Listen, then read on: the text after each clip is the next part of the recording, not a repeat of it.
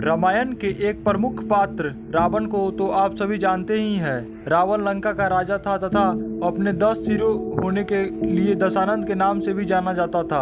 रावण ऋषि पुलस्त्य का पौत्र था तथा विसर्वा ऋषि का बेटा था। ये लोग तो ब्राह्मण थे, परंतु रावण की माँ कैकसी राक्षस कुल की थी। इसी कारण रावण भी राक्षस कुल का कहलाया।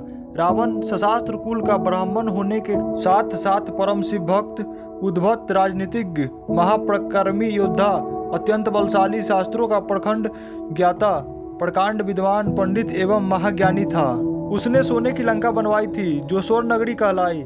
रावण ने मरते समय बताई लक्ष्मण को यह 3 बातें। आइए जानते हैं। उससे पहले आप हमारे चैनल पर नए हो तो चैनल को सब्सक्राइब कर ले। जिस समय रावण मरणासन की अवस्था में धरती पर पड़ा हुआ था, राम ने लक्ष्मण से कहा, राजनीतिक शास्त्र का महान विद्वान इस दुनिया से विदा ले रहा है।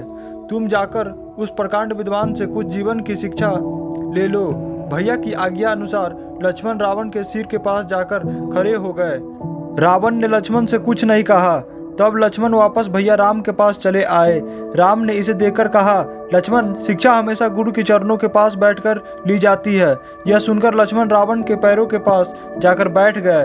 तब महाज्ञानी तथा प्रकांड विद्वान रावण ने लक्ष्मण को जीवन की 3 अनमोल बातें बताई। रावण ने लक्ष्मण को सबसे पहली बात यह बताई कि शुभ कार्य को जितना जल्दी हो सके कर लेना चाहिए। उसके लिए कभी लंबा इंतजार नहीं करना चाहिए, वरना जीवन कब समाप्त हो जाए किसी को पता नहीं। क्योंकि रावण ने कई शुभ कार्यों को किसी कारणवश टाल रखा था जिसे वह कभी पूरा नहीं कर पाया, तथा अशुभ कार्य को जितना टाला जा सके उसे उतना टाल देना चाहिए। रावण ने लक्ष्मण को दूसरे सबसे महत्वपूर्ण बात बताया कि शत्रु तथा रोग को कभी छोटा नहीं समझना चाहिए। छोटे से छोटे रोग भी प्राण घातक हो सकता है तथा छोटे से छोटा शत्रु भी सर्वनाश कर सकता है। रावण ने राम, लक्ष्मण और उनकी वानर सेना को तुच्छ समझा था और वही रावण की मृत्यु का कारण बने।